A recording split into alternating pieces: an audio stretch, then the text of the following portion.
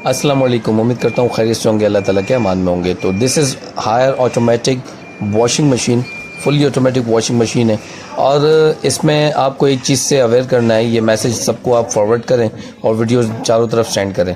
आप अक्सर देखते हैं कि ये जब मशीन का पानी सारा ड्रेन हो जाता है, उसके बाद आप इसके ड्रम को इस तरीके से हिलाते हैं तो पानी की आवाज़ आती है। तो याद रखिएगा, ये जो रिंग है, ये रिंग पूरा रोटेट होकर जो गोल घुमा हुआ, ये रिंग के अंदर कंपनी ने बैलेंस करने के लिए पानी फिल किया है।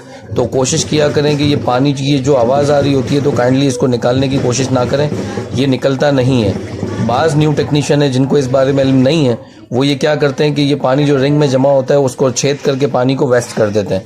तो ये रिंग जो है, इसके अंदर पानी भरा हुआ है, ये बैलेंसिंग के लिए होता है ताकि आपकी मशीन जो है बिल्कुल स्ट्रेट बैलेंस में चले, और कपड़ों का जब लोड आए तो भी मशीन इधर उधर ना हो। तो ये रिंग के अंदर पानी हमेशा होता है, इसको याद रखिएगा। मज़ीद इस तरीके की वीडियोस देखने के लिए हमारे चैनल को लाजमी सब्सक्राइब करें और बेल आइकन पर ज़रूर क्लिक करें। Thank you.